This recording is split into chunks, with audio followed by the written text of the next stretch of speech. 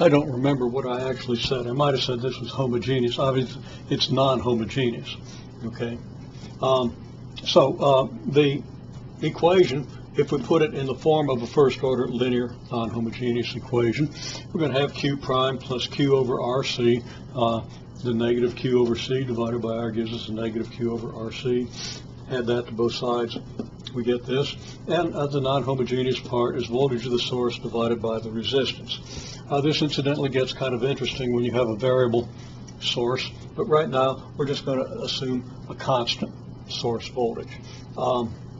So this is a first order linear non-homogeneous equation. What's the first thing you do to solve it? Well, as you should know or should remember once you see it, this equation is solved by an integrating factor. In this case, the integrating factor is just e to the qt over rc. And you should know how to find that integrating factor. You just integrate q over rc with respect to t, and that's what you get. Now, when you multiply through by that, you get this equation. You get the e to the qt over rc times q prime. You get it times q over rc, and you get it times the non-homogeneous term on the right-hand side. This expression turns out to be the derivative of, or the differential of, q times e to the qt over rc. And we'll write that out on another board and see how it works. Okay, and I made kind of an ignorant mistake over here. You integrate the coefficient of q over here, which is just 1 over rc. You get e to the t over rc as your integrating factor. So that the left-hand side, yeah, I realized that as soon as I started thinking about taking the derivative of this thing with the q in there, the q being already a function of t, would really kind of complicate that derivative. Okay, well, anyhow, the integrating factor, well, the left-hand side that you get here is the integral of qe to the t over rc prime. If you take the derivative of this, you're going to get q prime e to the t over rc, which is just this.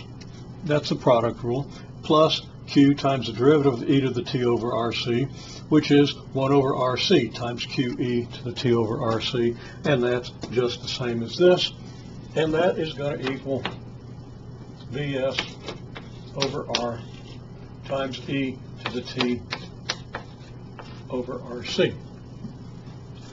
Now, if the derivative of this thing equals this, then this is equal to the integral of this. So that gives us q e to the t over rc equals, well, the integral of this is going to be what? Antiderivative of e to the t over rc is going to be rc e to the t over rc. Because if we then take the derivative, we're going to get the 1 over rc to get rid of the rc.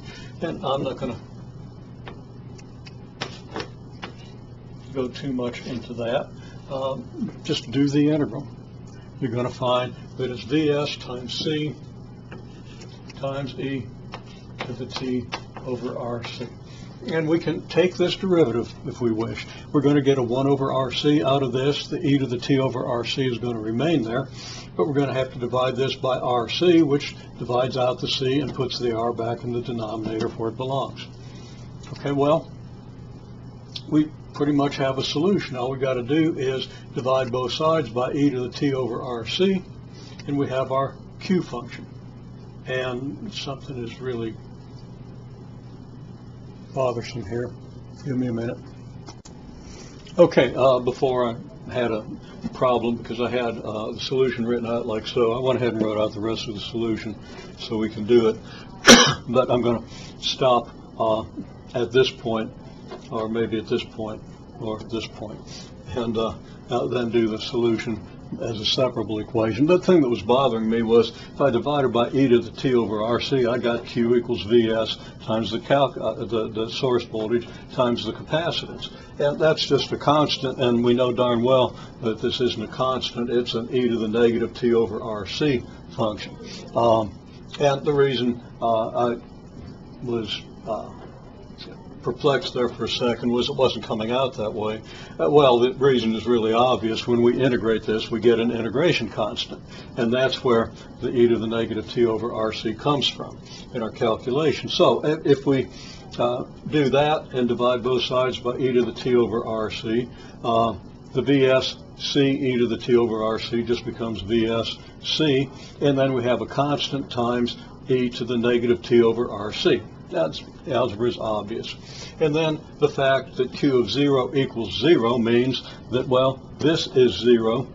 Well, the exponent is 0. E to the 0 is 1. So we get VSC plus our constant has to equal 0, giving us VSC plus a negative VSC times e to the negative t over rc.